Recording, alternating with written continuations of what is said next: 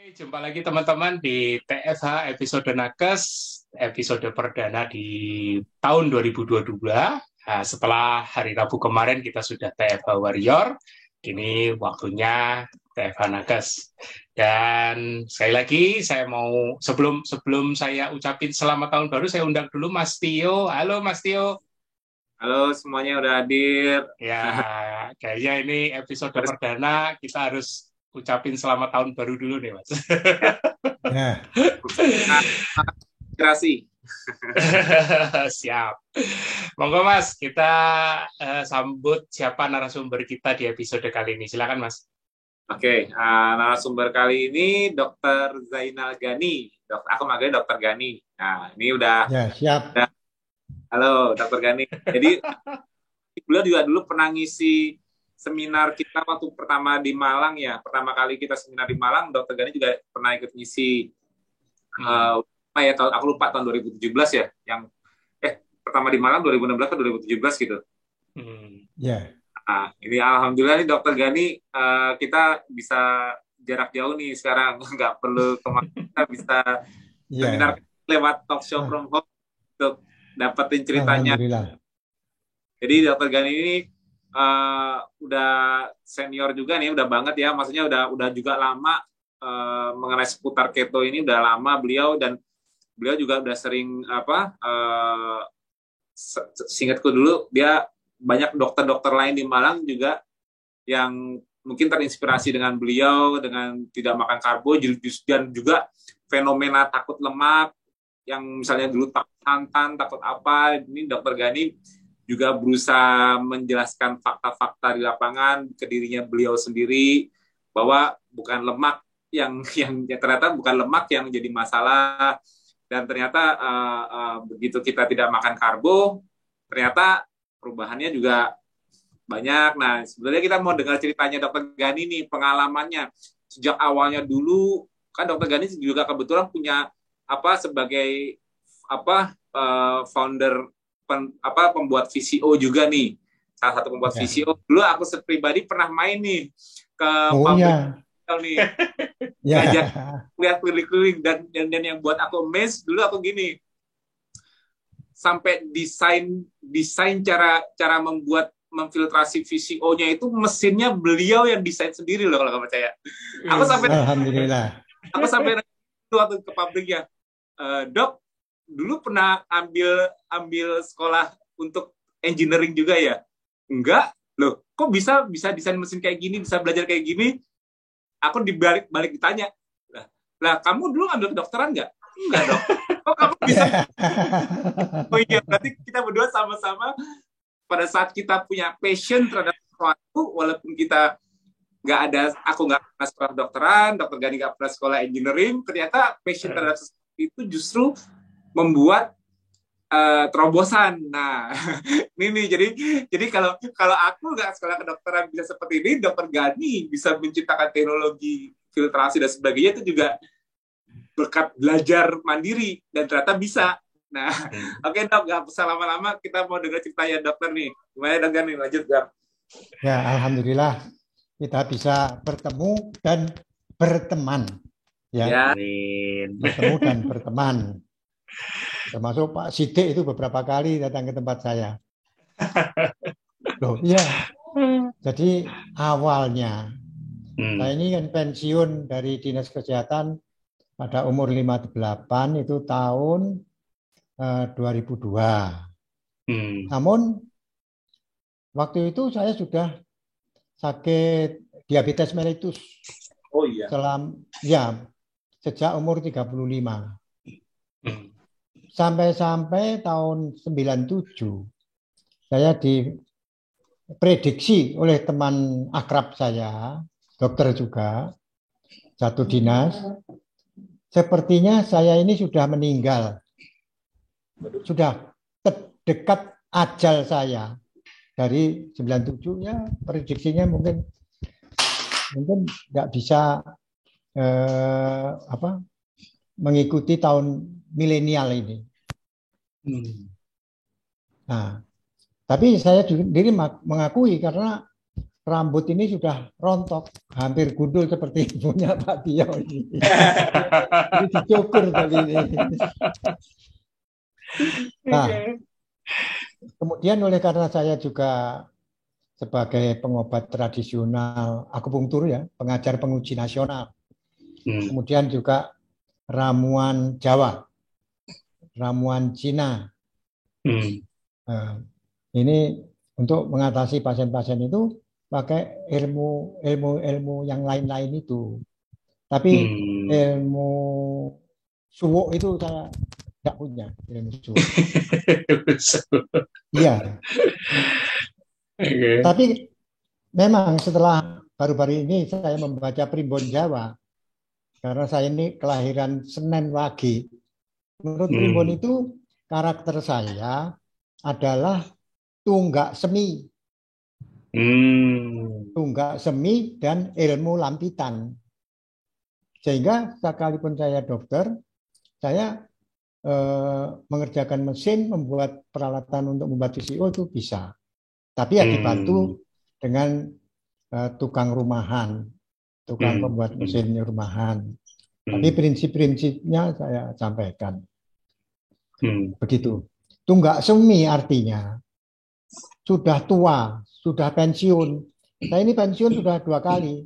Pertama pensiun dari Angkatan Darat tahun 82. Kemudian pensiun dari Dinas Kesehatan tahun 2002. Jadi pengalaman di militer pernah, sehingga saya perlu mengeterapkan usaha saya itu dengan strategi. Jadi strategi yang saya pakai apa? Strategi saya adalah jadi bunglon. Jadi bunglon ya, ke KFLS saya ya jadi KFLS gitu loh. Tapi iya, tapi takjub saya sejak tahun 2004. Jadi saya dengan VCO dengan minyak kelapa, makan serba kelapa, itu gula darah semula puasa 265, sehari semalam makan serba kelapa, gula darah saya turun tanpa obat itu menjadi 162. Jadi turun drastis 100. Nah, sejak itulah saya menggeluti membuat VCO, tapi dengan cara-cara yang sudah ada waktu itu, dengan fermentasi, enzimatis, direct micro expeller, dan pancingan. Itu saya sendiri tidak suka makan itu. Sehingga saya mencari cara-cara yang jadinya VCO enak. Belum setahun sudah ketemu. Kemudian itu pun didukung dengan kursus. Jadi sampai sekarang sudah lebih dari 450 orang yang pernah kursus pembuatan VCO di tempat saya. Yang terakhir ini dari Payakumbuh dan dari Bombana. Silahkan kalau mau produksi rahasia-rahasianya saya bukai semua seperti Mas Tio itu, bukai rahasianya KFLS. Ya kan? Ayo, siapa yang mau belajar sini? Karena kalau kita beramal seperti itu, insya Allah yang dapat manfaat dari ilmu yang kita sampaikan itu, selama ini digunakan, itu akan terus kita dapat pahalanya. Amin. Dan pahala itu tidak akan berhenti, sekalipun kita sendiri sudah hidup. Dan saya sudah tua gini, kan harus itu punya murid-murid yang cukup banyak, yang nyebar-nyebarkan ilmu manfaat.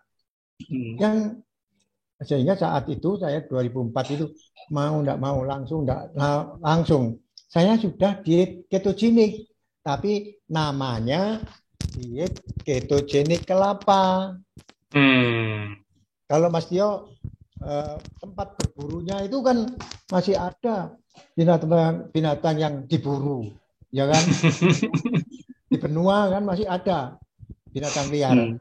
Tapi kalau di Pasifik, pulau-pulau kecil yang ada pohon kelapa.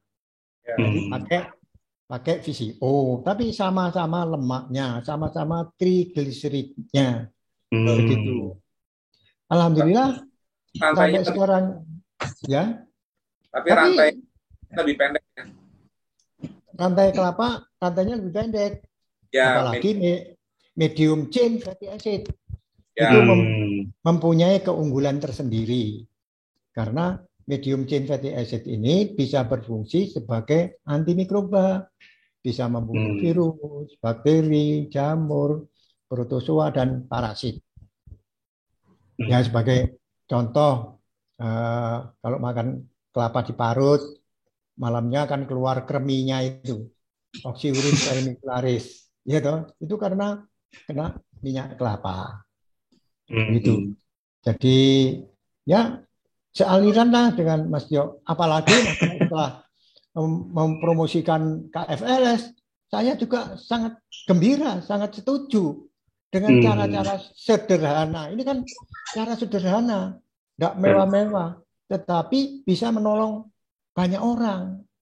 Sehingga sampai sekarang politik kata diabetes saya, indikatornya kan gula darah itu stabil, dan bahkan tadi juga saya sampaikan di kelompok pensiunan, cuma lawan saya spesialis bedah masih pakai teori lama, teori kolesterol yang nyumbat pembuluh darah. Yang nyumbat pembuluh darah itu glukose, gula, berasal dari karbohidrat. Itu glukose ini menjadi glycation. Jadi suatu radikal bebas yang namanya itu advanced glycation end product. Radikal bebas ini menyebabkan peradangan di endotel pembuluh darah, sehingga endotel pembuluh darah itu menjadi bengkak, terjadilah penyempitan pembuluh darah, baik itu di jantung, di otak, mungkin di lain-lain bagian tubuh, tadi kaki, sehingga terjadi gangren pada kaki misalnya. Alhamdulillah dengan menjalankan diet ketogenik kelapa, kalau KFLS juga saya juga ngikuti puasa-puasa sederhananya itu. Jadi pagi tidak sarapan, nanti ya minum juga, tentu saja minum VCO, minum kopi, tapi tanpa gula, tapi malah saya beri tambahan garam. Garamnya bukan garam Himalaya, garam krosok itu, garam asli. Garam kasar itu. Karena apa? Garam kasar ini masih banyak kandungan magnesiumnya. Jadi saya tidak perlu beli magnesium oil ke Pak Sidik ini. Garam krosok ini harganya paling murah. Tapi saya beli khusus dari Madura Timur. Wah, keren. Madura Timur itu memang lautnya jernih. Itu, garam krosoknya itu bagus-bagus gitu. Jadi dari situ, karena kebun saya kan ada di Jawa Timur, bagian timur, di Asem Bagus sana. Termasuk sekarang produksi VCO-nya juga di sana. Karena beli kebun, juga sekarang ini mencari buah yang digandrungi oleh pelaku KFLS atau ketogenik, buah alpukat. Iya. Dan jumlah pohon yang saya tanam, target saya 10.000 pohon. Susah, nanam alpukat susah nggak? Ya. Susah nggak nanam alpukat itu apa? Susah nggak miaranya? Maksudnya nungguinnya susah nggak sih alpukat itu? Iya, sudah saya tertanam 10.300 pohon. Alhamdulillah. Oh ya, Desember yang lalu, tanggal 12 bulan 12 tahun 21. Udah panen dong? Udah panen? Kurang jelas? Udah panen. Oh, di sebelah rumah. Sebelah rumah sudah panen, masih cukup untuk dimakan sendiri. Karena sebelah rumah ada 29 pohon. 19 pohon. Kalau udah panen, warrior dikasih harga khusus dong. Iya, boleh. Apalagi lebih menguntungkan nanti warrior jadi agen. Wah. Ini memang benar-benar tonggak semi ini. Iya, tonggak semi sudah tua masih usaha baru. Dan tidak segan-segan bisa berdebat dengan spesialis bedah. Dokter Santan lawan dokter bedah. Loh, sampai buku ini tadi saya bagi-bagi. Setiap peserta dapat satu buku. Saya cetakkan 1.000 buku. Wih, keren. Tadi minta waktu berapa? 5 menit saja. Jadi hanya pokok-pokoknya saja. Selama ini sampai saya dianggap, kok Pak Gani terlalu serius. Kalau saya tidak serius, nanti gampang percaya. Banyak ditipu oleh teman-teman orang medis. Aduh. Loh, iya kan? Tadi juga ada yang cerita, tidak boleh makan santan. Santan tidak boleh direbus. Siapa bilang itu ngawur, bilang gitu. Yang nggak boleh itu dipanaskan sampai 300 derajat. Yaitu pembuatan minyak goreng dari kopra. Karena kopra itu pasti tenginya itu menguap baru pada suhu 250 derajat. Nah, yang bahaya kan trans fatty acid-nya. Iya.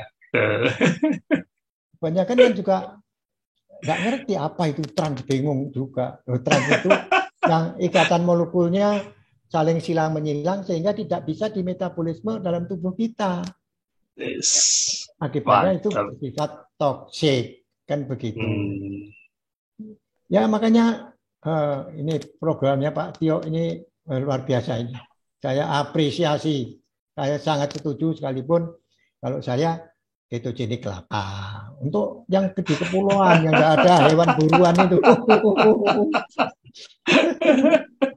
Padahal karena saya beternak domba, ya tiap persediaan daging domba di rumah habis, saya nelpon aja ke mandor saya di peternakan domba sana, sembelihkan 1 ekor, nanti dibungkusi 1/4 kiloan, dibekukan, kirim ke Malang. Kemarin pagi dapat kiriman kelapa kopior 39, kemudian pisang itu 6 tandan. Dari itu, terus ikan mujair yang besar itu sudah digoreng pagi-pagi jam 5 sudah sampai sini. Nah itu jadi makanan saya. Karena ada nasihat Profesor Pon Batugal dari agronomi, kalau punya tanah sedikit saja sebagai petani tidak boleh beli bahan makanan dari luar, harus dari lahannya sendiri. Itu saya lakukan. Jadi ini luar biasa pengalaman keto fasting lifestyle ini. Saya merasa sehat. Tadi waktu pertemuan juga pada heran, loh Pak Gani kok fisiknya tetap saja seperti dulu, lah mau berubah bagaimana? Loh kok rasanya baru pensiun saja, loh malah lebih sehat sekarang daripada dulu. Termasuk dokter AC juga begitu. Sebetulnya dulu lama sudah saya dorong-dorong keto fasting karena hipertensi sama denyut jantungnya itu tidak teratur. Baru setahun kayak Pak, tapi hipertensi saya sudah hilang. Denyut jantung saya sudah teratur. Jadi ya itulah cara sehat tanpa banyak biaya lah. Kita dari bisa sehat. Dan ini pun saya mengikuti strategi pertama dari kesehatan bagi semua tahun 2000. Ini saya peroleh waktu tahun 80. Yang pertama itu kewajiban orang kesehatan membantu masyarakat untuk bisa menolong dirinya sendiri dalam bidang kesehatan. Nah, dengan keto ini, entah keto fasting lifestyle, ya kan, dengan fastingnya bisa bersih-bersih untuk membersihkan sel-sel tubuh yang sudah rusak, dipakai lagi yang bisa dipakai. Kemudian yang tidak bisa dipakai di detox, kan begitu. Sekalipun rumus kimianya ruwet seperti Pak dia itu saya nggak bisa itu nggak apa-apa, nggak bisa apa-apa. Ya betul. Ya, banyak cacingnya itu. Cacingnya. Iya, ke sini. Sudah, yang penting praktis saja untuk saya kan gitu. Saya mempelajari apukat baru ini. Karena apukat itu kan ternyata superfood. Iya. Karena lemaknya kan tinggi itu. Lemaknya 14% sampai 24%. Seperti daging kelapa itu juga 24% kandungan lemaknya. Jadi saya berusaha sekarang ini sama sekali tidak makan karbohidrat. Yang ada katut-katut berupa bumbu atau sayuran. Ya, bumbu-bumbu. Ya, ini luar biasa perjuangannya Pak Tio ini. Ya, jadi harus dilanjutkan. Kalau perlu cucu-cucu saya nanti saya anjurkan ayo ikut. Iya, yang sudah kan anak saya yang Jakarta itu. Iya, Mas Anas juga aktif. Mas Anas kan juga aktif apa menyebarkan gaya hidup low carb ini kan juga aktif beliau. Iya, bisa disebut low carb, KFLS, ketogenik kelapa. Mungkin ada istilah-istilah yang kita satu rumpun. Saling mendukung. Betul. Iya. Tapi alhamdulillah sekarang ini dokter-dokter sudah banyak yang mengakui kebenaran dari itu Mas Tio. Sungguh. Alhamdulillah. Makanya peserta ini tidak usah ragu-ragu lagi, tidak usah khawatir lagi. Ya boleh dikata saya dengan mendapatkan ya 2004 itu ketemu dengan kelapa ini ternyata menyehatkan, minyak kelapa ini menyehatkan. Saya itu termenung 1 jam. Pertama kecewa. Kenapa kok baru tahu setelah pensiun? Kok enggak dulu? Kok saya manut saja, enggak boleh makan santan, ikut-ikut enggak makan santan. Padahal enak ya dok. Enak dan menyehatkan. Saya siaran di radio itu sekitar 5 tahun loh. Mengajak masyarakat untuk berani makan santan.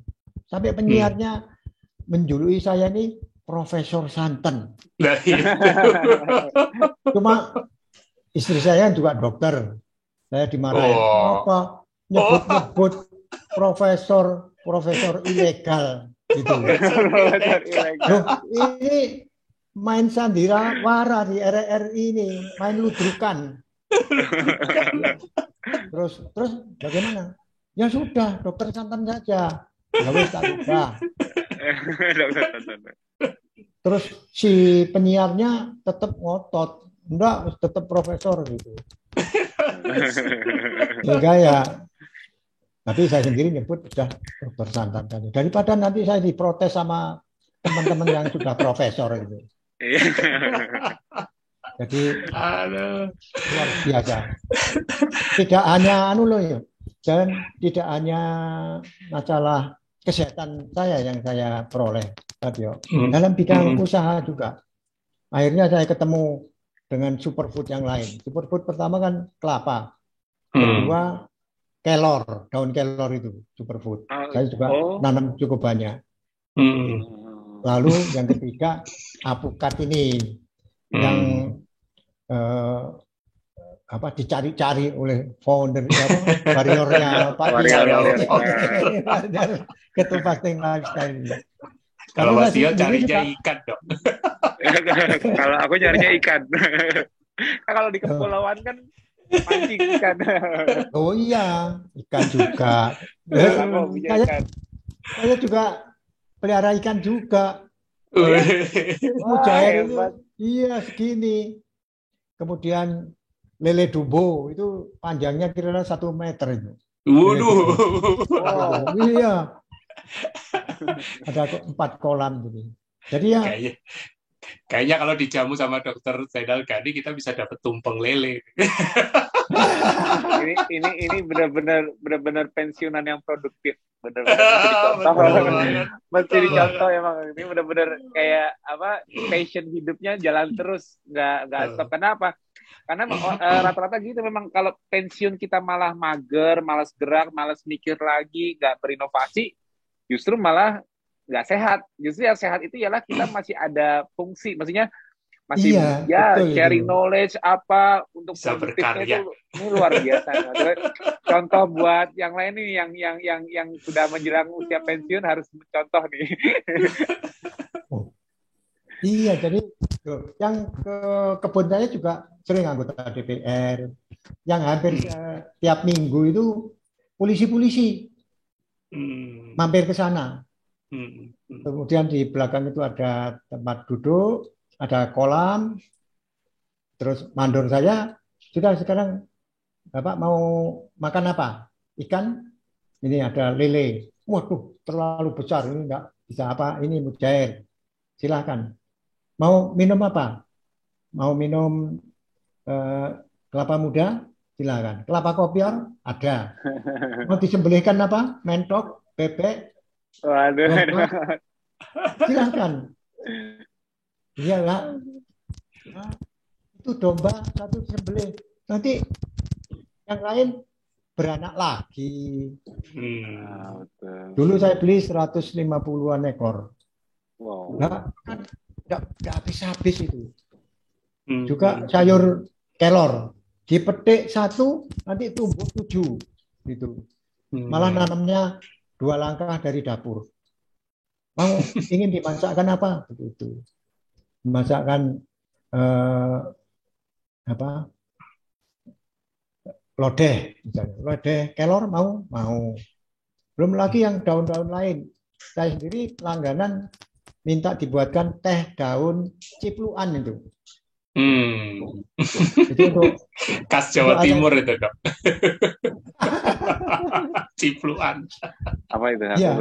Mas Dio nggak ngerti itu, Mas Dio. Itu Google, daunnya. Tiap hari saya minum daun cipluannya itu. Yang buahnya istri, karena beliaunya kan tidak diabetes. Saya kalau makan yang manis gitu, entah sedikit banyak itu gula darah saya naik. Jadi ya luar biasa, saya ketemu dengan keto fasting lifestyle ataupun golongan ketogenik lah.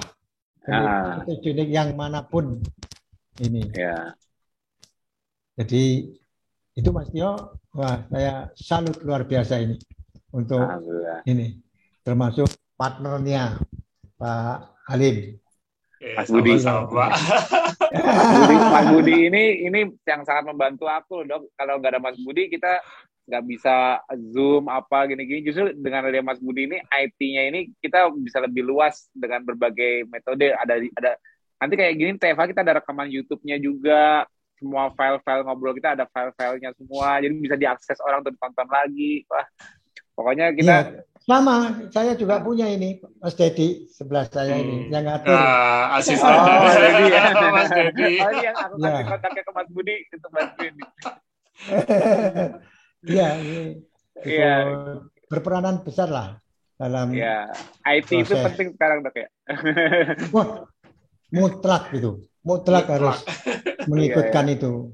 Sehingga karyawan saya yang junior bagian keuangan itu heran-heran. Pak Gani ini umur sudah hampir 76 ini. Kok mau ya mengikuti teknologi informasi? Loh, ini sudah bukan zaman pertanian peternakan seperti saya. Ini sekarang kalau perlu ya pertanian peternakan ini jualannya dengan online. Ayo. Iya, betul. Kamu membentuk tim untuk marketing online. Yang mau dijual apa? Lah apukat itu 11.000, 10.000 lebih pohon. Itu per pohon 100 kilo saja. Coba berapa? Padahal punya tetangga Pak Paulus namanya, satu pohon bisa 300 kilo satu tahun. 300 kilo. Nah, ini sehingga yang bersangkutan bingung, nggak bisa ngitung. Sampai jumlah digitnya Pak kalkulatornya nggak cukup. Hitung penjualan dapat berapa ya? Nggak cukup. Karena harapan saya apa? Pasti nantinya alpukat ini akan menjadi makanan pokok. Seperti di negara-negara seperti Meksiko, Amerika pun itu kekurangan juga alpukat, kan datangkan dari Meksiko. Iya. Alpukat kan terkenal mahal, Dok.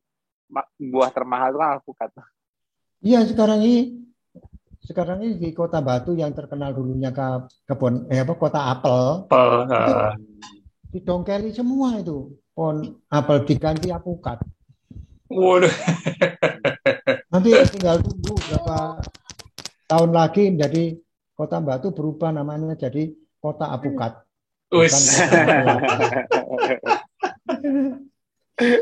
Wah, dapat referensi alpukat nih, kita udah gampang nih warrior kali ini alpukat.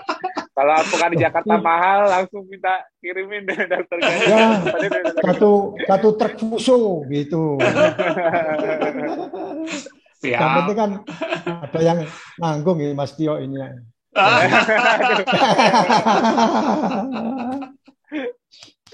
Ya karena kalau makan alpukat, sekalipun yang beratnya 1 kilo ya, saya makan, saya habiskan, gula darah saya tidak naik.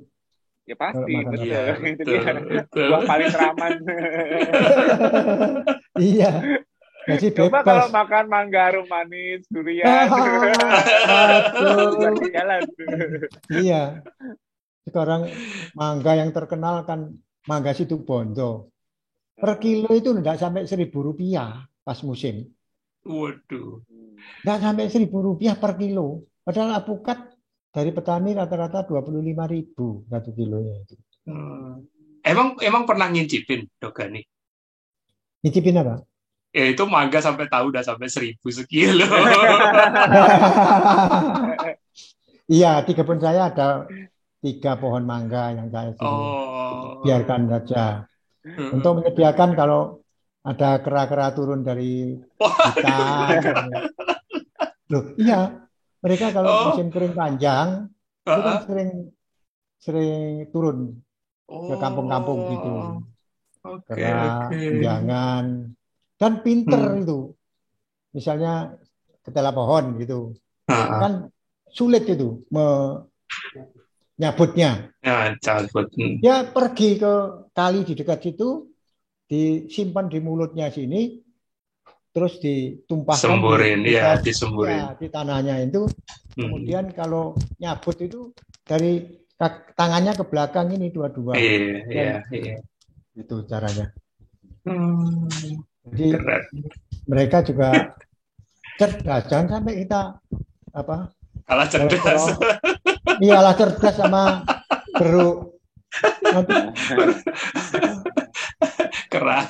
Karena pakai obat-obat penurun kolesterol itu, pasien-pasien yang konsultasi dengan saya itu karena kolesterolnya terlalu rendah, dari rumah mau ke pasar, setelah sampai pasar lupa apa yang harus dibelanjakan. Pulangnya setelah belanjanya ngawur, pulangnya masuk rumah tetangganya, lupa ke rumahnya sendiri. Itu akibat kolesterol terlalu rendah. Kolesterolnya sampai di bawah 150. Padahal di literatur yang saya baca, seperti saya umur 75 gitu, itu kolesterolnya sebaiknya 270 kolesterolnya. Waduh. Ya, karena apa? Kolesterol itu sangat vital manfaat dalam tubuh kita. Betul. Tanya Mas Tio itu yang punya pengalaman pasien. Karena semua sel di tubuh kita, sel apapun itu, sel itu tidak tiba-tiba langsung inti sel, langsung ada nukleus, macam-macam mitokondria, harus dilindungi dulu oleh membran sel. Nah, membran sel di tubuh itu komposisinya ya lipid rafnya antara yang megang membran itu ya kolesterol. Jadi setiap ada kerusakan sel di tubuh, perbaikannya butuh sintesis dari kolesterol untuk memperbaiki membran selnya kembali. Jadi apapun sel di tubuh kita yang rusak apa-apa, kalau dibetulin butuh kolesterol untuk membentuk membran selnya kembali. Kan nggak tiba-tiba bentuk sel baru tanpa membran sel, gimana caranya? Karena membran sel itu kan, membran sel itu ialah lapisan yang membatasi inti sel, sitoplasma, dan ekstraselularnya, darah. Nah, integritas membran sel itu penting. Nah, kalau kita ada radikal bebas di tubuh, radikal bebas itu justru yang merusak pertama ialah merusak membran sel. Jadi dia, misalnya ada radikal bebas ya, radikal bebas, ada substrat radikal bebas, dia mencuri ion dari membran sel sehingga membentuk kerusakan membran sel. Paling kayak domino efek, saling mencuri di sebelahnya, akhirnya jaringan membran selnya rusak, kebuka. Nah, untuk perbaikannya ya kita butuh bahan bakunya lagi. Makanya kolesterol itu merupakan suatu substrat yang paling penting. Karena apa? Karena kolesterol itu digunakan untuk perbaikan membran sel. Walaupun selnya ada rusak di mana, pasti pembentukan awalnya ialah perbaikan membran selnya. Nah, dan justru awalnya aku tahu mengenai ketosis ini, ya awalnya kan karena sejarahnya kan anakku Alif ya. Alif itu kan dia ada ventrikulomegali, ventrikel kirinya besar karena lapisan mielinnya tipis. Nah, jadi lapisan white matter itu yang disebut mielin itu, yang selubung pelindung otak itu ya. Jadi mielin itu lapisan yang melindungi akson supaya impuls propagasi action potensialnya itu nggak turun kekuatannya atau lompat-lompat, itu harus dilindungi oleh mielin. Makanya sebutnya harus dimielinasi dulu. Nah, mielin itu pembungkus akson untuk nerve sistem saraf kita. Mielin itu bahan bakunya apa? Kolesterol. Kolesterol. Makanya kalau ada orang yang mengalami misalnya contohnya kayak penyakit ya, multiple sclerosis, itu kan merusak mielinnya. Itu justru untuk memperbaiki mielinnya itu butuh kolesterol. Nah, jadi karena bahan bakunya Alif itu dulu kan kolesterol, cuma masalahnya kan kolesterol memang nggak bisa nyebrang ke otak. Butuh bahan baku yang bisa nyebrang ke otak dulu. Itu makanya aku awalnya ketemu keton itu dari situ. Karena apa? Ternyata keton itu selain dipakai sebagai bahan bakar di otak, tapi ternyata juga itu merupakan bahan baku sintesis sintesis kolesterol di otak. Jadi walaupun otak kita kan, makanya gini, orang-orang sekarang kan paradigmanya takut makan otak sapi. Kenapa? Karena otak sapi itu kolesterol. Nah, otak kita juga sama. Kalau misalnya macan makan otak kita, ya macan dapat kolesterol otak kita. Jadi intinya ternyata otak kita itu lemak semua, sama seperti hewan. Otaknya lemak semua, bukan daging. Bukan daging semua, malah lebih berat masa lemaknya, dan komposisi terbesarnya ya juga kolesterol karena mielinnya itu. Jadi ya tubuh kita sangat penting kolesterol. Cuma kolesterol ini sering dikambing hitamkan. Kenapa? Karena kalau ada seseorang mengalami penyempitan pembuluh darah, hasil otopsinya ialah di balik intimanya pembuluh darah. Jadi kolesterol itu bukan nempel di sekelilingnya pembuluh darah, dalamnya pembuluh darah, bukan. Tapi itu dia kolesterol itu menyumbatnya itu melalui di baliknya membran pembuluh darah. Nah, jadi begitu diotopsi ditemukan bahwa pembuluh darah yang menyempit itu menyebabkan serangan jantung, stroke dan sebagainya, itu ialah di situ ada kolesterol masuk ke dalam situ, langsung kolesterol yang dikambing hitamkan. Wah, ini gara-gara banyak kolesterolnya tinggi nih, gara-gara banyak makan lemak nih. Padahal salah. Karena ya sebetulnya gini, kolesterol itu kan bahan baku untuk satu, perbaikan membran sel. Dua, untuk pertumbuhan, grow. Jadi semua sel yang bertambah, kalau kita grow kan ada multiplikasi sel. Berarti kan butuh membran sel baru juga. Satu sel yang ada membran selnya dari kolesterol membelah jadi dua, kan butuh kolesterol baru untuk membentuk membran sel di daughter selnya, di anak selnya. Betul nggak? Nah, ataupun pembentukan berbagai jaringan lain. Dan kolesterol itu juga yang orang belum banyak tahu ialah kolesterol itu juga selain memperbaiki membran sel juga sebagai penambal. Nah, jadi kalau ada pembuluh darah yang rusak, misal karena contoh orang yang gula darahnya tinggi terus, misalnya seperti diabetes, Otomatis gula darah tinggi itu kan memicu satu, inflamasi, peradangan. Nah, inflamasi memicu radikal bebas. Nah, akhirnya kan pembuluh darah yang rusak. Atau misal orang yang tensinya tinggi terus, otomatis pembuluh darahnya sering tegang terus. Otomatis kan pembuluh darahnya kan rusak. Nah, karena sifat dasar kolesterol sebagai bahan baku perbaikan sel-sel di tubuh, maka sistem imun. Jadi kalau kita ada luka, misalnya gini. Contohnya nih supaya kebayangnya gampangnya gini. Kita bayangkan yang dari luar tubuh dulu. Misalnya kita ketusuk pisau, luka nih, daerah luka kita ada luka nih di jaringan luar. Nah, respon pertama tubuh untuk perbaikan ialah apa? Memicu datangnya sel-sel imun, sel darah putih ya, sel-sel imun ke lokasi trauma, injurinya. Tujuannya apa? Tujuannya untuk merepair kembali, menutup lukanya. Nah, disitulah butuh banyak substrat datang ke situ. Salah satunya kolesterol, termasuk protein dan sebagainya untuk bikin jaringan baru. Nah, jadi respon awal dari suatu trauma karena luka tusuk misalnya, ialah imunnya datang dulu. Imunnya datang dulu, meng-create inflamasi di sekitar luka agar substrat perbaikannya datang ke situ. Jadi kayak danger signal, memicu sinyal bahaya bahwa ini harus segera di-repair. Imun sel harus berkumpul di sini, takutnya juga ada patogen masuk, kan gitu kan? Nah, baru bahan-bahan baku yang aliran darah juga terfokus ke sini supaya mengirimkan substrat-substratnya sehingga terjadi perbaikan jaringan. Ini kalau di luar loh ya. Nah, sekarang kalau kebalikannya, kalau di dalam kan kita nggak tahu kerusakannya.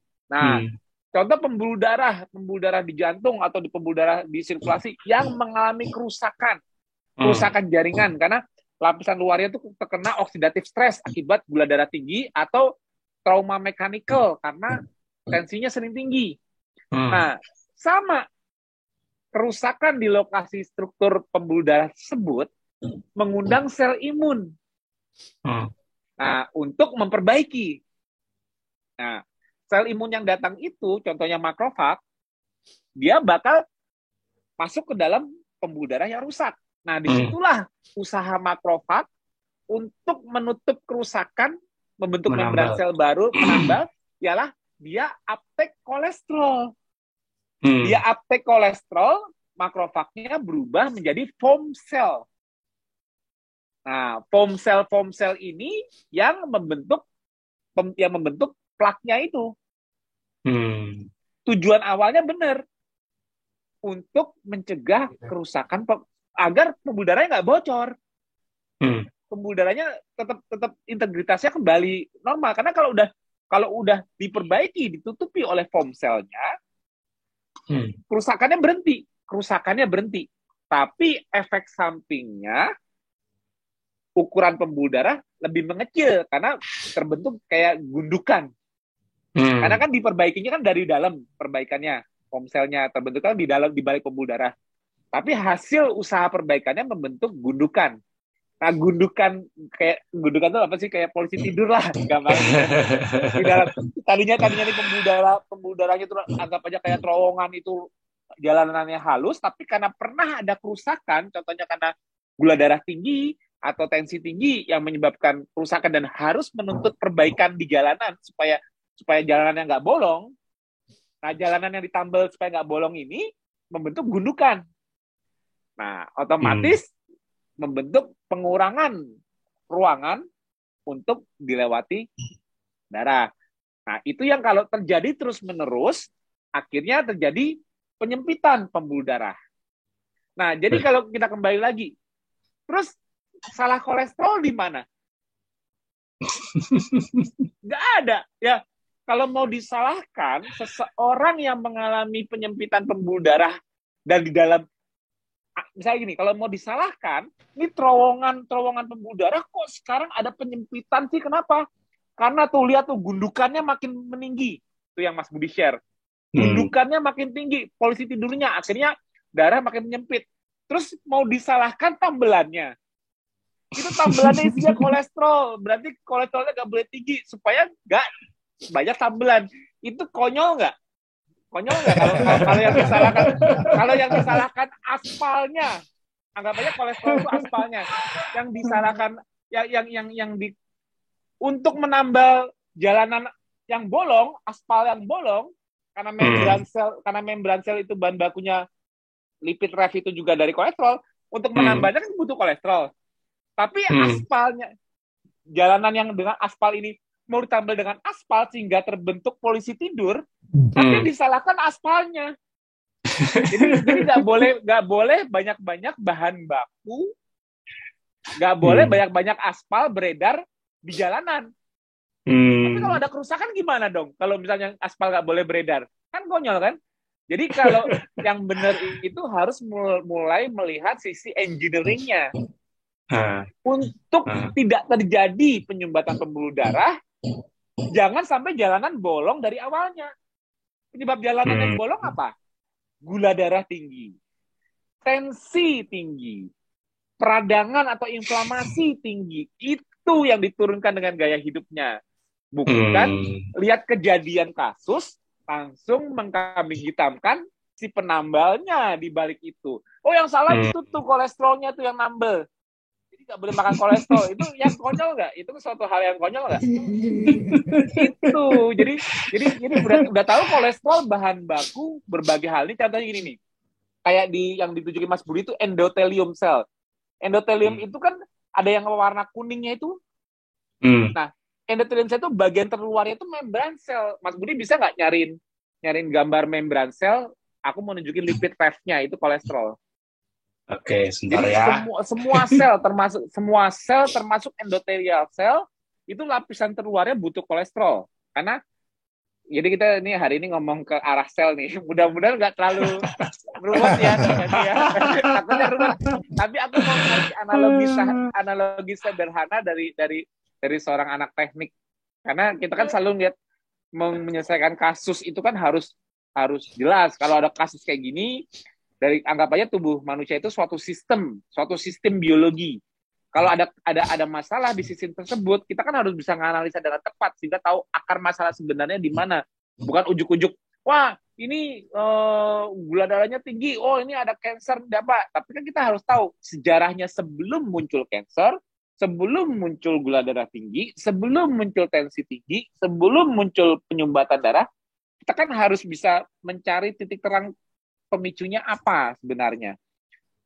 Jadi kalau kita di dunia kesehatan sekarang lebih fokus ke simptomatik, maksudnya gini, kalau sudah terjadi, ya gula darahnya sudah terlanjur tinggi, ya bantu obat gula. Tensi sudah tinggi, ya bantu obat tensi, kan gitu. Untuk mengembalikan keseimbangan secara semu. Maksudnya gini, akarnya kita nggak tahu apa, tapi agar tidak makin parah, kita turunin dulu gulanya. Kita turunin dulu tensinya, ya itu memang nggak salah. Jadi medis membantu untuk menurunkan simptomnya supaya tidak makin parah, itu betul. Tapi kalau si penderitanya ini tidak pernah tahu akarnya di mana dan tetap mengalami kenaikan gula terus, kenaikan tensi terus, akhirnya obat yang tadinya awalnya untuk membantu untuk mencegah makin parah harus bertambah terus kan akhirnya. Nah, itu dia. Nah, ini itu yang di Mas Budi yang kolesterolnya dilingkerin, Mas. Yo. Nah, inilah membran sel. Inilah yang disebut membran sel. Yang warna, yang bagian jadi kolesterol itu nah, ya, itu namanya pemegangnya itu. Nah, ya, itulah ini semua membran sel itu selalu ada struktur kolesterolnya, nggak mungkin nggak. Itulah pentingnya kolesterol. Jadi sebelum kita takut menimpa kolesterol itu ialah sesuatu yang diproduksi sendiri di tubuh atau disimpan di tubuh, di sel lemak, karena itu ada fungsinya, bukan nggak ada fungsinya. Makanya kalau ada jalanan rusak, misalnya gini, kayak tadi Mas Budi pembuluh, misalnya ini membran sel pembuluh darah ya, membran sel endothelial sel pembuluh darah, kan pembuluh darah itu terbentuk oleh endothelial sel, sel endotelial namanya. Kalau sel-sel endotelial itu pada rusak karena radikal bebas, atau karena inflamasi peradangan, atau karena tensi mekanikal, rusak, terus anggap aja jalanan itu bolong, mendingan itu dibiarin bolong terus, akhirnya mengalami kerusakan total, atau ditambal dengan kolesterol. Ya ditambal. Tambal, karena kan untuk survival. Kalau nggak boleh ditambal ya malah cepet mati dong.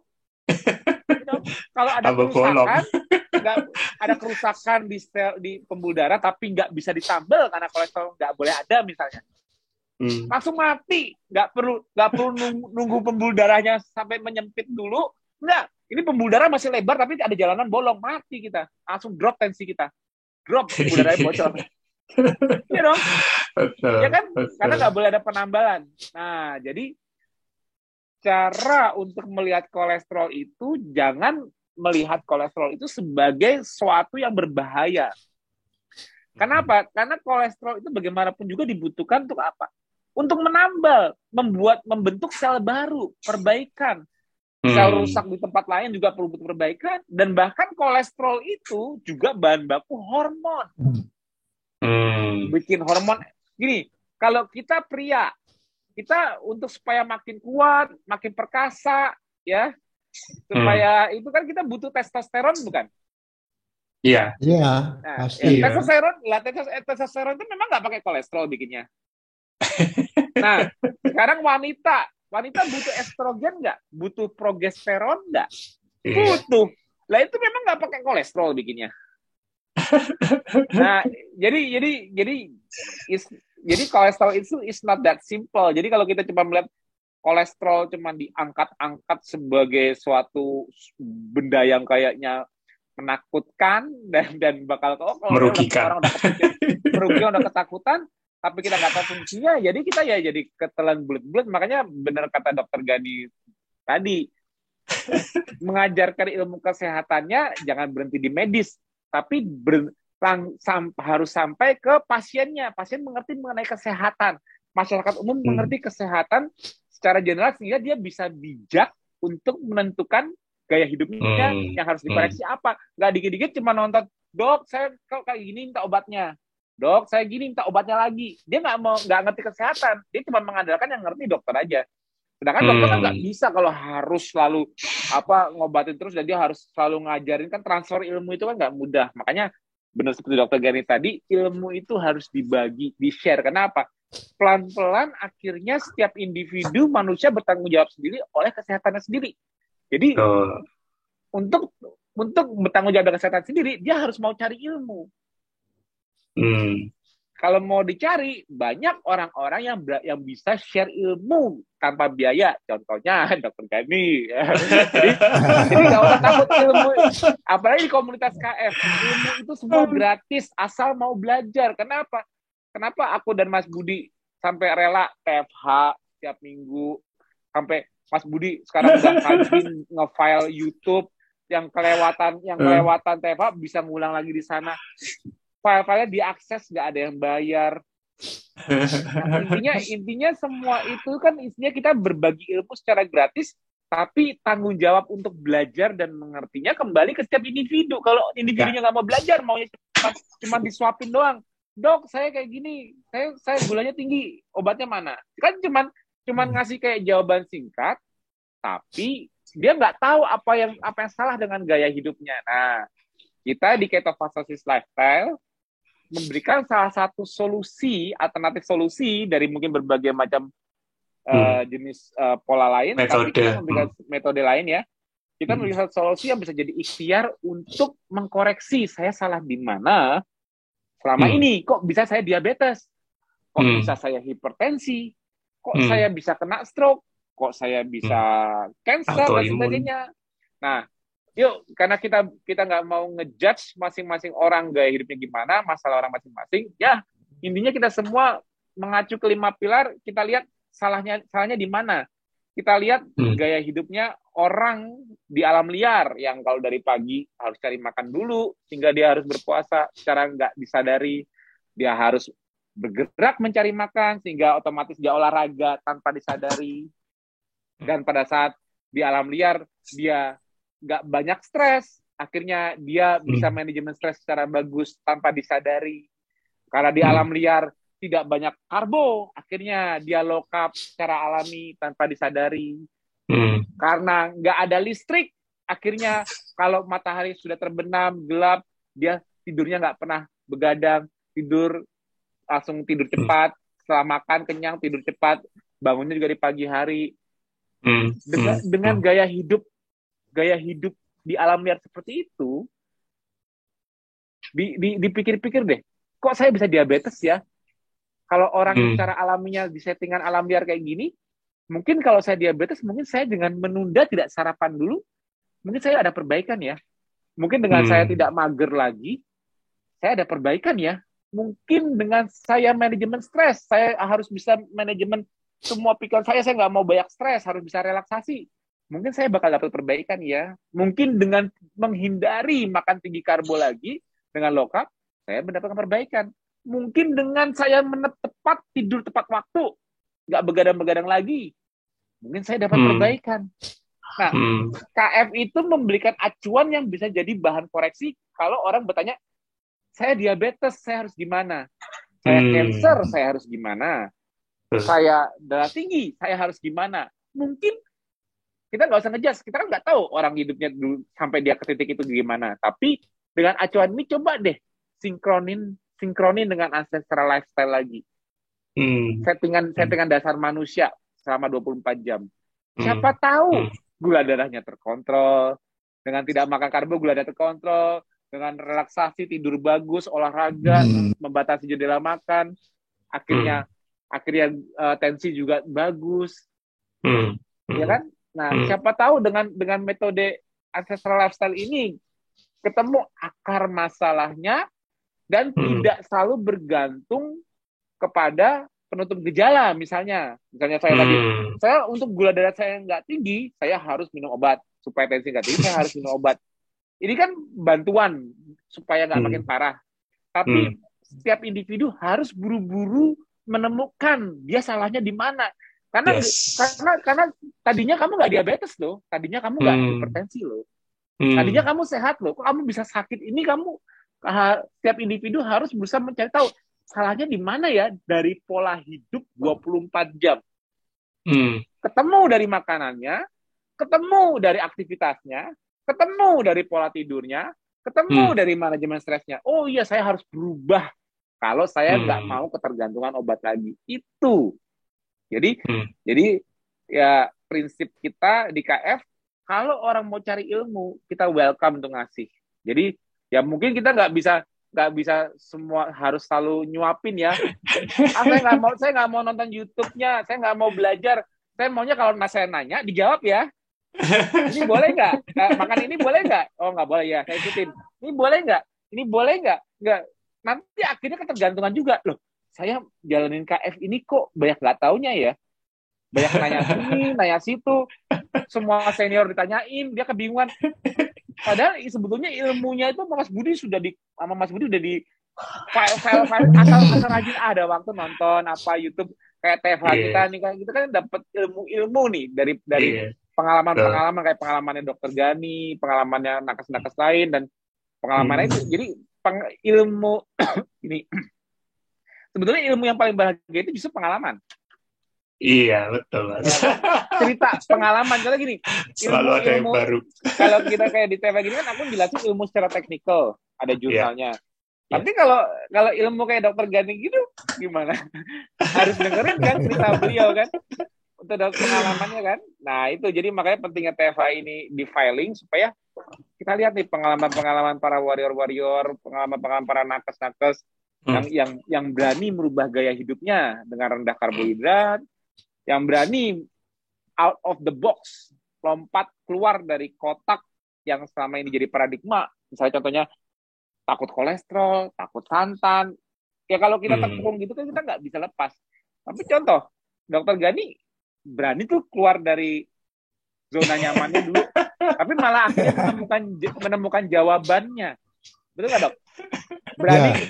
Berani keluar dari kotak, apa maksudnya, yang paham dulu tuh harus gini, saklek, tapi keluar malah jadi fenomenal.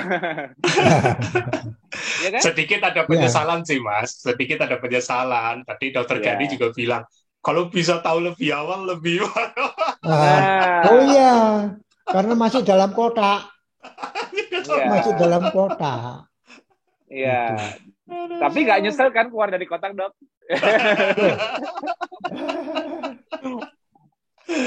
Nggak kebayang kalau nggak keluar dari kota, nggak Justru seperti Dokter Gani- Gani yang sekarang. Justru Dokter Gani ini aktif ngajak orang-orang lain berani keluar dari kotak. Itu dia. Nah, Iya, termasuk di klinik saya dulu tidak hanya obat kimia, tapi obat jamu yang saya resepkan. Nah, itu selama berapa tahun itu? 3 tahun. Lalu saya minta pindah puskesmas supaya saya bisa mengajar kader-kader posyandu untuk mengobati dengan tanaman obat. Sehingga ada salah satu orang, anaknya itu sekarang usaha produksi jamu dan sukses. Gitu. Ajak-ajak, ayo. Loh ya, sampai saya berikan sertifikat bahwa telah saya ajari proses pembuatan jamu. Ya, biar entah berlaku entah enggak, pokoknya stempel puskesmas itu, tanda tangan. Iya. Supaya dia berani untuk memulai produksi paling enggak untuk keluarga sendiri. Mantap. Tuh, diinspirasikan semangat entrepreneurship dari Dokter Gani itu. Jadi selalu aktif. Jadi walaupun udah pensiun, produktivitasnya tanpa henti, harus ada ide-ide baru. Nah, itu memang top, itu memang harus berani out of the box, berani mencoba. Iya. Nantinya apukat ini untuk apa? Loh, terserah mau dicampur di jus menjadi kopi apukat. Ini ada kreasi baru di malah jadi. Iya, kopi apukat. Kemarin ada profesor minta tolong saya carikan biji apukat. Ya, Jumat pagi sudah datang di sini. Kemudian tadi pagi diambil karena profesor ini ada bimbingannya yang mau meneliti manfaat apukat untuk kesehatan gitu. Itu meneliti. Ya, ayo tak bantu. Juga kalau diolah jadi tepung atau diambil minyaknya bisa dilakukan tempat saya kayak gitu kan. Keren. Loh, iya. Loh, ini sekarang ini sedang diskusi dengan Universitas Surabaya, Ubaya, jurusan teknik kimia, untuk membangun suatu kedai reka. Kedai reka itu kan programnya Dikti. Nanti dari Ubaya ini membuat suatu proposal dengan Dikti, ya. Keren. Nanti UKM yang saya kelola itu nanti kalau memang limbahnya setelah santan diambil VCO-nya, itu kan masih ada namanya santan rendah minyak. Nah ini nanti bisa dirubah menjadi minuman seperti di Cina Yesu namanya. Itu populer di Cina. Nah, itu nanti mesin-mesinnya misalnya harganya 3 miliar. Itu nanti dibantu Dikti untuk beli mesin 50% dari pihak perusahaan 50%. Nah, karena yang menghubungkan ini perguruan tinggi ini Ubaya, nantinya saya punya kewajiban moral. Kalau ada mahasiswa-mahasiswanya magang di tempat saya harus mau terima atau praktek kerja lapangan, dan itu ada nilai akademisnya yang diakui. Itu. Sehingga nanti lulusan perguruan tinggi itu, sarjana-sarjananya, kalau lulus bisa membuat usaha sendiri. Atau kalau lulus bekerja di suatu perusahaan, siap pakai, siap kerja. Selama ini kan perguruan tinggi sebagian besar kan menciptakan pengangguran yang tidak ketara. Sekarang coba Berapa sekarang perguruan tinggi yang merespon keto fasting lifestyle? Iya. Ya. Berapa Mas Tio? Ada perguruan tinggi yang mau mengadopsi ini? Paling kan perorangan. Betul. Iya, perorangan, betul. Iya, terhadap VCO nasibnya juga sama. Sehingga kita kalah jauh dengan misalnya dalam hal ini dengan Sri Lanka, dengan Thailand, dengan India. India itu produktivitasnya kelapa itu sekitar 5 kali lipat Indonesia per pohonnya per tahun. Iya. Saya kan punya kebun kelapa sendiri kan sudah menghitung. Sehingga lebih baik seorang petani yang di Indonesia mempunyai 1 hektar pohon kelapa, kebun kelapa. Itu kalau dijual itu kan 1 miliar. Tapi kalau dipanen sendiri 1 bulan itu kan cuma dapat 1 juta hasil dari buah kelapanya. Tapi kalau di bank itu kan bisa 3 juta per bulan. Nggak usah kerja apa-apa. Sebagai contoh ini, nantinya ini kalau saya tidak memberi contoh, contohnya apa? Di antara pohon kelapa, saya tanami pohon apukat. Jadi saya memelihara pohon kelapanya, tapi panennya 2 macam. Kan gitu. Cepetan mana Dok panennya Dok? Ya cepetan apukat. Cepet ya? Iya, 3 tahun kan sudah panen. Kalau kelapa kan 5 tahun baru berbuah. Ini kalau lihat umurnya Dokter Gani ya 70 ya Dok ya, 70-an ya. Mau 76. 76 ya, jalan 76 ya. Iya. Semangatnya luar biasa ya. Semangat sudah pasti luar biasa, Mas. Cuman ini kita kan kadang-kadang sering menjumpai juga nih di teman-teman istilah menikmati hidup gitu loh ya kan. Dan kalau lihat Dokter Gani yang udah usia jalan 76 gini, mungkin orang akan bertanya-tanya, Dokter Zainal Gani ini sebenarnya yang mau dikejar apalagi sih? Gitu. Loh, ya akhirat kan. Semuanya kan akan ke akhirat. Betul. Sedekah ilmu. Sekarang manfaat saya hidup ini untuk apa? Kalau tidak saya pakai sebaik-baiknya. Sampai saat terakhir ya Dok ibaratnya ya. Selama masih bisa berkarya, itulah menikmati hidup ya. Ya, yang saya tulis di tempat pertemuan saya, karya seumur hidup. Iya.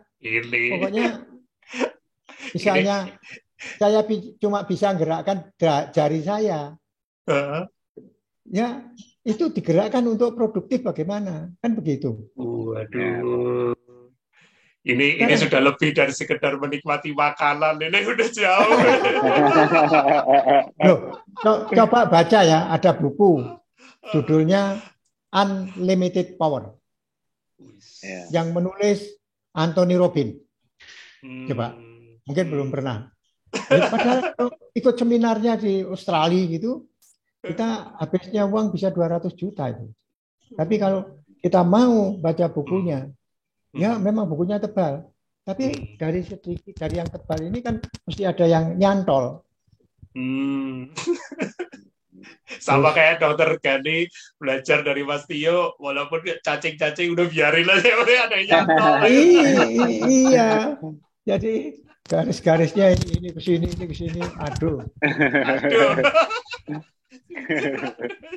Loh, saya sendiri kan juga mempelajari masih mengenai kolesterol, mekanisme kerjanya bagaimana. Jadi kalau saya serius, tidak mudah diapusi, dibohongi oleh pabrik-pabrik obat itu kan. Bayangkan 3 saudara dekat saya terbunuh di rumah sakit. 3. Iya, sebetulnya yang 2 orang itu tidak berobat di rumah sakit. Adik kandung saya melahirkan di rumah sakit. Disarankan seksiu, nurut. Padahal kelahiran anak ke-6. Setelah selesai operasi itu masih sadar, masih omong-omong begitu. Setelah itu kok mumet terus pucet. Wah, jangan-jangan ada perdarahan di yang belum dijahit di dalam rahim. Dihubungi teleponnya, dokternya sudah tidak bisa dihubungi.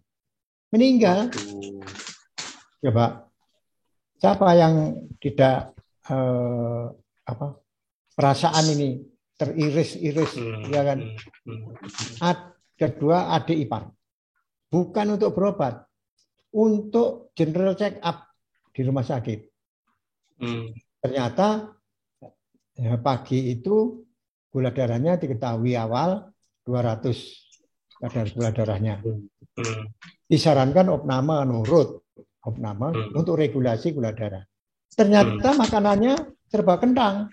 Pagi sarapan kentang, siang snacknya kentang. Makan siang kentang lagi, sore snack kentang.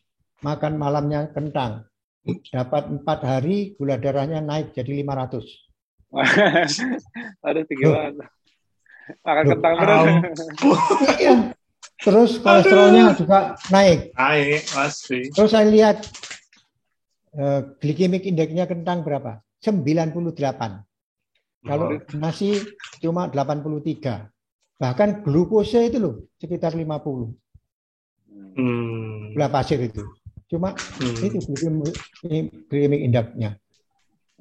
Loh, kan ya terus diberi dosis tinggi golongan statin, penurun kolesterol. Hari ke-7 jantungnya berhenti. Coba. Diet rumah aja lebih baik daripada dietnya di rumah sakit untuk penderita. Mau nggak bilang bagaimana? Saya bilang terbunuh di rumah sakit ini. Terus mertua, lambungnya sakit, ke spesialis, barangkali jantungnya kena. Habis itu diberi pengencer darah, dorongan askardia, perdarahan. Itu kan golongan aspirin yang iritasi lambung. Perdarahan ditransfusi 15 botol ya. 15 botol. Tidak tertolong, meninggal. Saya bilang terbunuh juga di rumah sakit. Makanya, jadi gerakan-gerakan seperti ini. Masa ada sih orang puasa seharian terus meninggal? Tidak makan. Malah boleh minum lagi masih puasanya. Kalau masih boleh minum. Iya kan, malah ditambahi garam. Minumnya tambahi garam. Jadi kalau ingin murah ya garam prosok saja, tidak usah garam murah. Promosi. Ya cuma garam bisa kok. Loh, kalau garam konsumsi yang sudah melalui pabrik pengolahan garam itu kan dicuci, Pak Tio. Magnesiumnya sudah terbuang. Kenapa kita didorong-dorong yang kurang magnesium? Kok mau? Kok maunya? Loh, itu beras juga begitu zaman Belanda. Pabrik-pabrik beras itu kalau giring beras harus putih. Kalau tidak putih ditutup pabriknya. Pabrik beras itu. Tapi kan karena vitaminnya appearance-nya harus bagus gitu ya. Tampilannya harus bagus malah mengurangi kualitasnya ya. Iya, mengurangi vitamin yang terkandung di dalam di seratnya itu tadi. Iya, kulit arinya beras. Jadi kita itu ngalami banyak sekali penipuan yang sistematis, terstruktur, masif. Turun-temurun. Dan menurun itu. Iya, maka dengan cara-cara inilah yang kalau nggak punya keberanian Pak Tio, masa akan bisa berlanjut ini? Iya, jadi warrior juga ini. Iya, kalau di zaman sekarang, puji Tuhan sih sinerginya seperti dokter Gali bilang kan sudah bagus. Artinya dokter-dokter pun sudah banyak yang sudah mulai paham, ya kan. Ya. Dibanding kita dulu, Dok. Kalau kita dulu itu, iya. aduh, perjuangannya. Awal-awal, iya, sudahlah. Itu memang tahap-tahap yang memang harus dilalui. Iya. Karena alas ya, Dok. Saya dulu di kantor dianggap dokter aneh, wong saya ini wong punya kebun ya dulu, kebun jeruk. Ke kantor ada yang pesen jeruk, ya saya bawakan. Ya ada yang bisik-bisik, rusak-kusuk, jenenge dokter kok dagangan dok, karena ternak ayam saya dulu kan. Oh. Loh, juga jualan abu gosok dulu. Oh. Iya, karena saya bikin penggilingan padi. Kan kulit padi itu kan kalau dibakar kan abunya bagus untuk cuci-cuci di dapur. Ya, emang kalau sudah dokter nggak boleh jualan gitu, Dok.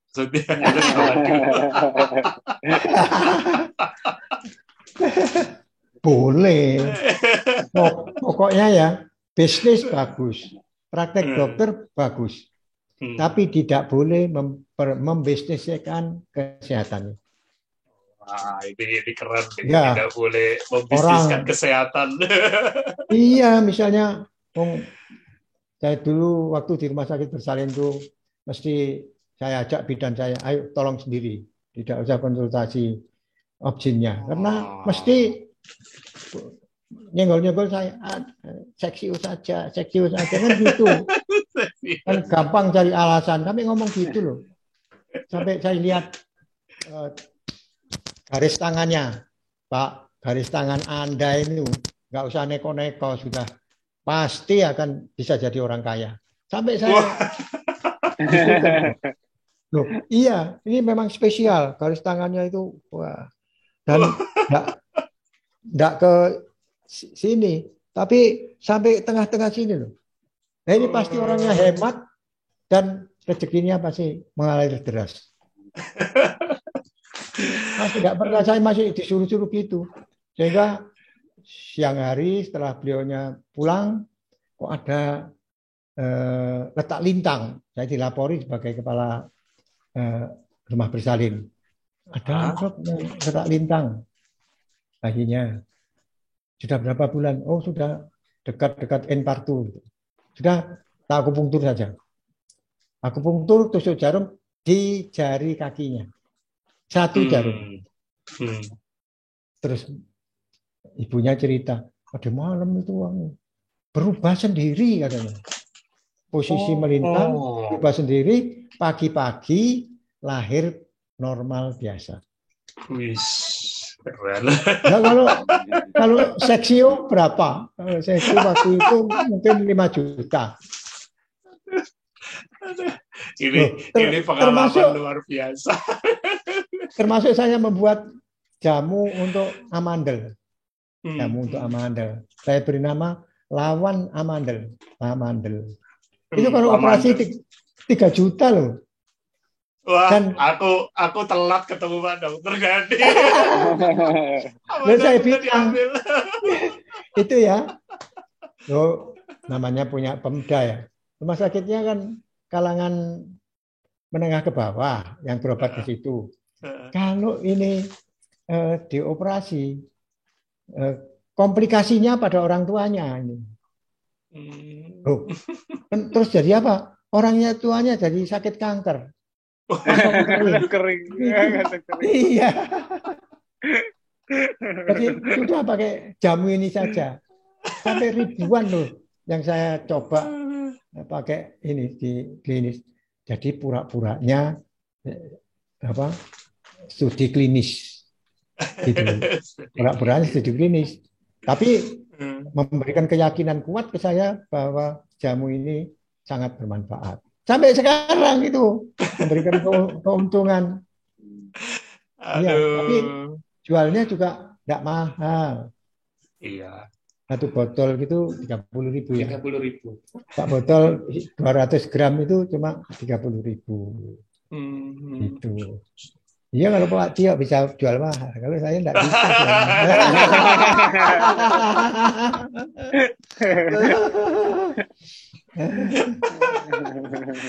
Soalnya bikinnya rumit ini loh. Bukan jual mahal, harganya mahal pengalaman hidup itu. Iya, ini yang. Tapi kalau udah ada itu, dukungan saya bergerak dari mana? Ya kan? Iya, betul. Sama Pak Tio bisa bergerak begini karena ada dukungan ekonomi kan? Nggak ada dukungan ekonomi dari mana? Begitu. Tapi memang prinsip yang kayak gini yang banyak dari TFA itu setiap episode selalu yang harus kita gali, yang harus kita pelajari, ya kan. Ya. Mau dari yang muda sampai yang sudah lanjut usia seperti Dokter Gadi kayak gitu, nggak terlihat, nggak terasa, ya kan.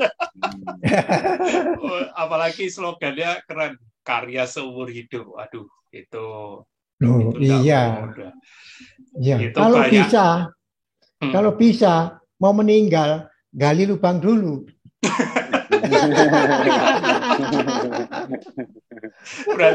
berarti bukan, maaf dok, ini bukan yang Lami bercanda, berarti bukan batu nisan nanti ya, pohon alpukat ya berarti ya. Oh iya, ngomong-ngomong alpukat, aku tadi ketemu apa? Kayaknya ada resep bagus nih. Apa namanya? Ini bisa ide buat para warrior juga nih. Ntar ya. Aku tadi ketemu. Sorry. Nih. Ketemu resep apa? Salmon dengan saus, namanya saus guacamole. Waduh. Nah, saus guacamole ini mungkin warrior jarang ada yang kepikir. Taunya kan alpukat kan selama ini kan taunya alpukat mungkin cuma dibikin apa, misalnya apa ya, di jus atau di esteller. Nah, ini sambal Meksiko nih. Sambal Meksiko dari alpukat nih. Ini bisa buat makan ayam, buat makan ikan. Yang bingung-bingung dengan saus-saus bisa nyoba saus guacamole nih. Ini saus guacamole itu kayak gini nih. Ini resepnya nih. Nah, tuh bisa screenshot deh tuh resepnya tuh. Tiga buah alpukat, satu ini jeruk nipis, garam. Nah, nggak perlu pakai gula, ini nggak perlu pakai gula malah. Ini cuma tomato, garlic, cayenne pepper. Ya ini guacamole ini terkenal nih, bisa di Meksiko. Nah, kita buat eksperimen nih. Aku juga penasaran nih, pengen nyoba nih. Ngomongin alpukat, aku belum pernah coba saus guacamole nih. Kan selama ini cuma dimakan doang alpukat. Coba kreasi jadi buat ini nih. Buat makan ikan tuh, yang suka ikan. Aku sih mau nyoba nanti sore nih. Kayaknya menggiurkan nih. Di alpukat tadi. Wah, berarti Dokter Gandhi PO sudah ada tuh. Satu fuso siap meluncur. Buset. Alhamdulillah. Jadi kita ketemuan begini saling sharing. Iya, betul. Sharing ilmu. Iya, saling sharing. Karena setiap episode itu selalu ada yang baru, Dok. Jadi aku yakin mungkin sudah, apalagi Dokter Gandhi kan dari tahun berapa ya? Dari tahun sudah lama banget, 2017 seminar Malang, ya kan?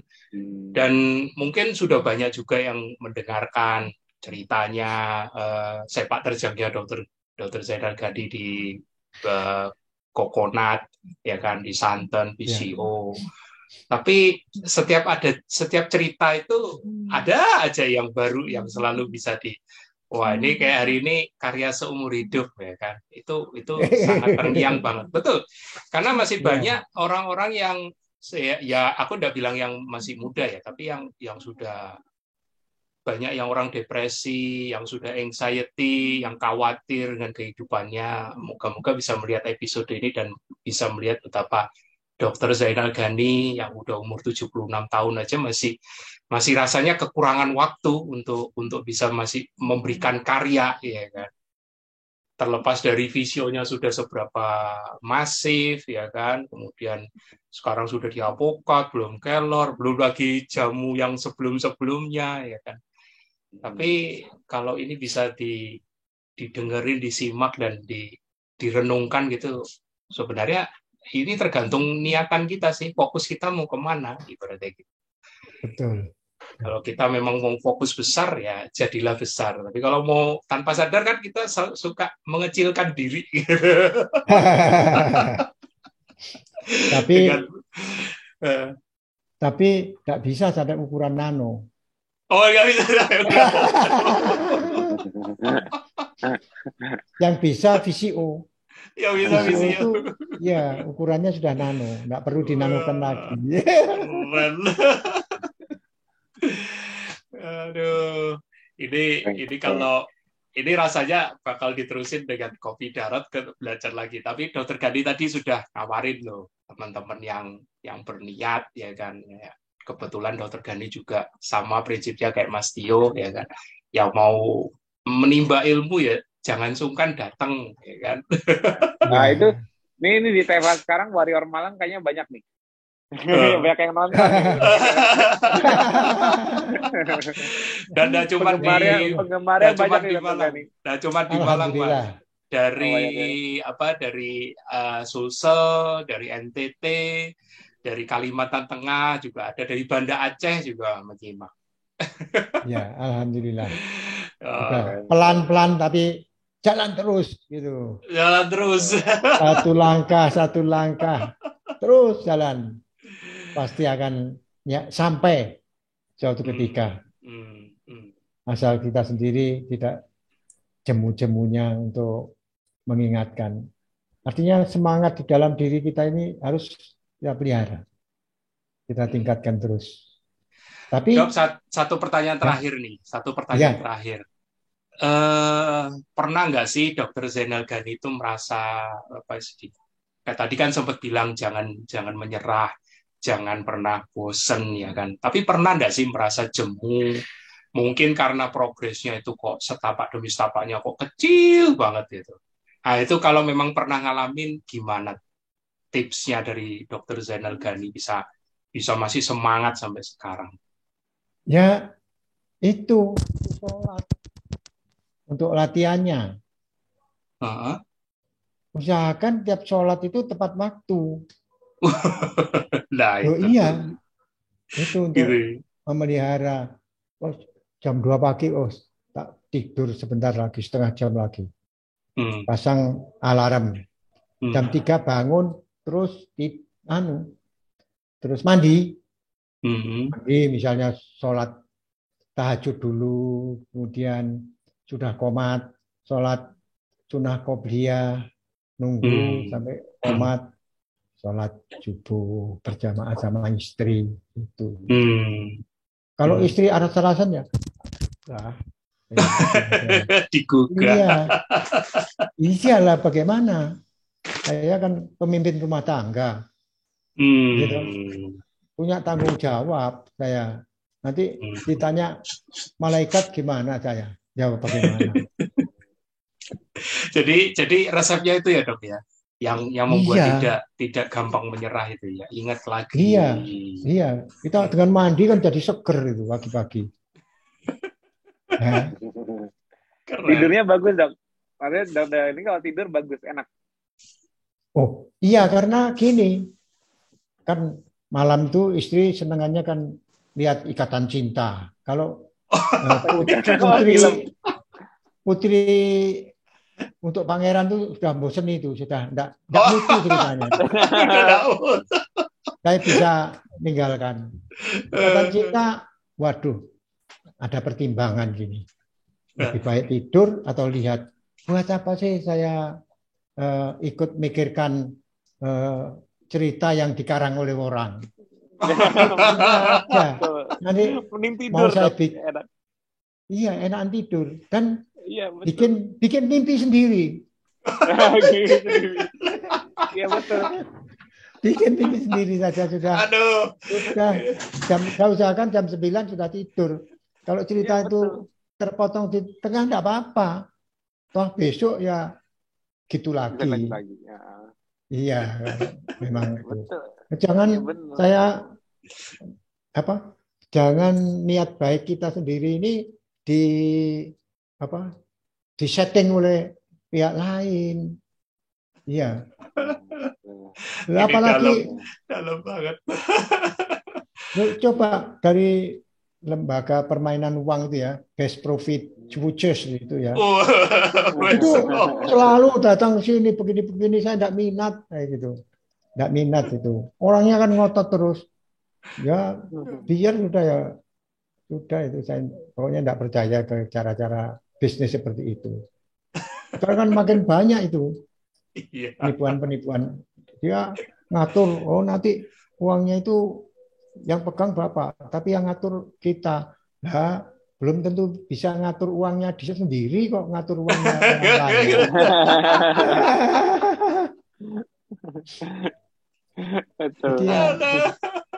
Jadi makin tua ini pengalaman-pengalaman dalam pembicaraan itu cukup banyak. Karena apa? Ya di belakang ini kan perpustakaan saya di sini ada ribuan buku. Ya, kalau mau meningkatkan wawasan ya harus berada di sini baca buku, kira-kira setahun gitu sudah wawasannya lebih luas gitu. Jadi banyak pelajaran ini, termasuk salah satu keterampilan hidup itu ya bisa belajar. Sekalipun ini tiap hari masih baca ulang, entah itu keto fasting lifestyle, diet ketogenik kelapa, penipuan kolesterol, penipuan lemak jenuh. Tapi ya saya sampaikan, tapi ya sempat yang sama muda tadi diskusi sama ahli bedah yang umurnya 15 tahun lebih muda dari saya. Ya enggak apa-apa, itu silakan, itu teorimu. Karena gini, itu kamu kan menciptakan pasien. Kalau tidak ada pasien, kamu tidak ada pemasukan. Kalau bisa pasien itu datang rutin kan? Nah, untuk bisa rutin apa? Ya harus diberi penyakit. Nah, ya. Tapi kalau rutinnya Mas Tio makin bagus, ya toh. Pola makannya, rajin puasanya kan tambah bagus. Itu, misalnya harus bayar ke Mas Tio, mungkin ya. Waduh, enggak. Insya Allah ikhlas. Iya, misalnya kalau orang mau bayar aku mendingan bayar ke depan. Jadi kalau merasa bermanfaat dengan ilmu yang dapat dari aku, jangan bayar ke aku, bayar ke depan, ajari orang lain. Paying forward. Kalau aku sistemnya paying forward. Misalnya ilmunya itu dibayari ke depan dengan cara bantu. Kalau terbantu ya bantu yang lain juga. Gitu aja kayak kalau perlu menyebarkan kayak itu. Menyediakan masakan keto kan gitu. Akunya nggak sempet. Warrior. Dok. Warrior. Gini banyak. Malah aku ngajak para warrior KF itu pada saat ya insya Allah ya harapan kita suatu saat gaya hidup rendah karbo ini makin disadari masyarakat luas. Saat masyarakat luas itu sudah mulai banyak yang menerapkan, sudah siap. Sudah ada yang pintar bikin ini, bikin itu. Jadi kalau sekarang kan kalau kita bilang kan, ya contohnya kalau di grup kita sendiri di Facebook kan membernya berapa Mas Budi? Hampir 400.000 ya? 383.000. Ya, mudah-mudahan sih nanti berkembang terus. Mudah-mudahan misalnya kuenya makin besar. Nah, aku pengennya para warrior yang sudah lebih dulu menjalani, maksudnya bisa kreatif juga. Maksudnya tadinya aku ini akhirnya dia bisa bikin makanan ini, bisa bikin makanan itu. Jadi bagi para member yang nanti baru masuk nggak bingung, tinggal ini nih, misalnya nggak ngerti makan apa ya wes cateringan dulu dengan ini misalnya gitu, dikirim catering yang penting bisa jalan dulu, bisa ketosis dulu. Nanti habis itu bisa jalan sendiri, udah pinter akhirnya gini. Nah, pokoknya ide-idenya itu aku senangnya itu para warrior yang manfaatkan. Jadi lahan rezeki juga buat mereka kan. Nah, tapi juga selain jadi lahan rezeki yang halal buat masing-masing orang, tapi juga memperkuat komunitas. Artinya apa? Betul, iya. Punya pondasi, nggak kayak dulu apa-apa misalnya bingung, awal-awal gitu apa ya, aku bingung, nggak ada ini, nggak ada itu, semuanya serba nggak ada, serba bingung. Nah, nantinya kalau fasilitasnya sudah disiapkan oleh komunitas, para warrior pada pinter kreasinya macam-macam udah siap, kan bagi yang baru masuk jadi lebih mudah dibanding awal-awal dulu. Jadi maksudnya baru untuk merubah gaya hidup udah banyak supporting toolsnya udah siap. Itu memang aku justru malah mengharapkan kayak gitu. Jangan akunya yang ngerjain. Aku nggak mau warrior yang ngerjain. Malah aku yang ngajak. Kalau aku yang mendukung. Termasuk saya dengan produksi VCO sejak 2004 ini kan menyiapkan juga untuk Keto Warrior. Ya, itu. Betul. Kemudian sekarang sudah nanam 10.000 pohon apukat. Itu kan menyiapkan untuk. Nah, itu tuh. Betul. Nanti siapa tahu kan yang bingung, aduh, apukat mahal di mana-mana. Oh, kita udah tahu nih sekarang yang punya alpukat, kebun alpukat siapa. Nah, tuh dimanfaatkan tuh. Tujuan saya karena apukat itu mahal. Saya sendiri kapan itu beli per kilo 50.000. Tapi ya saya beli saja sudah pas nggak punya apukat. Nah, mengapa kok begitu banyak? Sepertinya ugal-ugalan gitu ya. Supaya nanti kalau panen saya bisa jual murah. Kemudian kita mulai membuat bibit apukat yang per bibitnya itu cuma 20.000. Jadi yang membuat bibit tidak rugi, yang membeli juga terjangkau, biar cepat meluas gitu. Sehingga nantinya mau ikut ketu fast touching mahal. Jadi murah. Nah, murah. Makin banyak supporting tool kan harusnya makin murah. Iya, makin banyak yang nanam apukat. Sampai saya datangi loh Dinas Pertanian itu. Dengan hitungan bahwa nanam apukat ini petani lebih untung daripada. Buat apa sekarang padi yang seringkali orang rugi, ya nanam padi petani itu. Jagung, sampai sawahnya dijual. Padahal itu tanah warisan dari orang tuanya 1 hektar. Kan ngurus akte waris. Ditanyakan akte waris sampai jadi sertifikat lagi biayanya berapa? 140 juta. Ya itu warisan. Dan tidak boleh, misalnya itu warisan dari ayah saya ke saya langsung ke anak saya. Tidak boleh. Ya harus bertahap. Saya setelah selesai baruan. Nanti bayar lagi 140 juta lagi. Panenan jagungnya hasilnya belum tentu cukup untuk ngurusi surat-suratnya. Nah, tapi kalau nanam apukat sekali dirawat itu bisa dipanen sampai 30 tahun. Nggak usah nanam-nanam lagi, tinggal panen saja.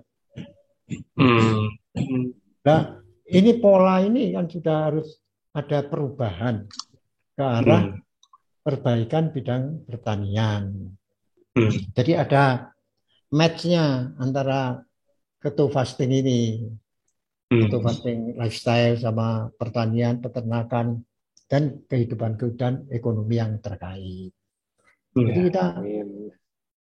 kita saling sinergi lah satu sama lain. Keren. Aduh, tanpa sadar nih, kita sudah mendekati jam 3. Kayaknya iya enggak sadar loh ini kalau saya kan menggaji karyawan saya tiap Sabtu jam 3.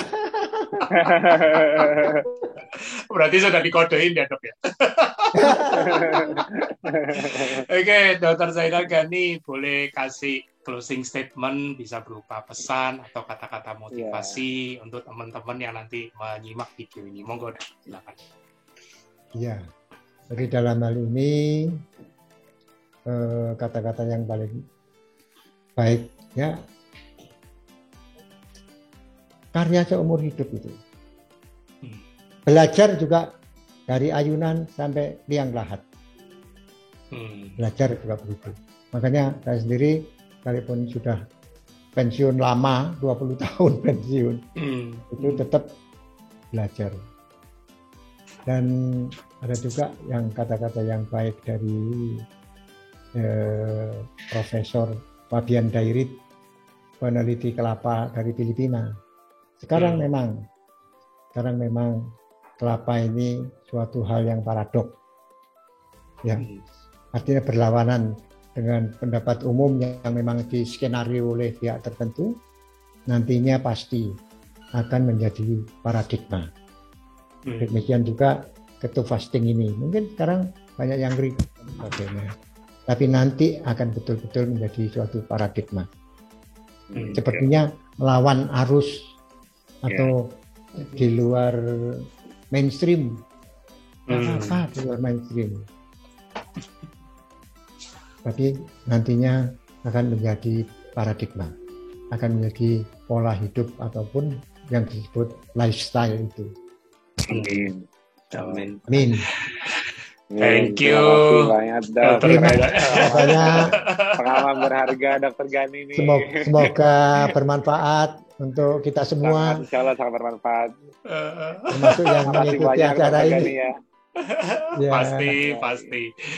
Thank nanti you ya. Link YouTube-nya juga di Mas Budi, link YouTube-nya udah direkam, nanti juga dikasih ke Mas Dodi biar Dr. Gani juga bisa pegang rekamannya. Siap. Pasti nanti aku bagi. Ya, nanti aku edit dulu.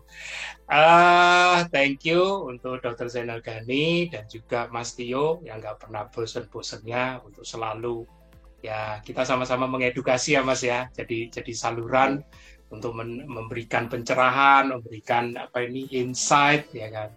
Ya, sama dengan Dr. Zainal Ghani di Malang dengan gelar dokter santarnya, kayaknya lagi mau ngejar dokter apukat habis ini. Aku juga udah gak sabar nih mau nyoba bikin guacamole nanti. Buat makan salmon. Siap. Oke, thank you Mas Tio. Nanti tak gitu teman-teman. Ini episode masih akan lanjut. Ya, kapan lanjutnya minggu depan pastinya dengan narasumber Warrior dan juga Nakes juga. Tapi pastikan kayaknya untuk minggu depan ada satu acara khusus talk show from cafe ya. Nah, itu nanti tanggal 15, jadi teman-teman pastikan standby pengumumannya di wall Mas Tio dan grup WA dan Telegram. Oke, sekian dulu ya. Sampai jumpa dan salam sehat ya. Dadah.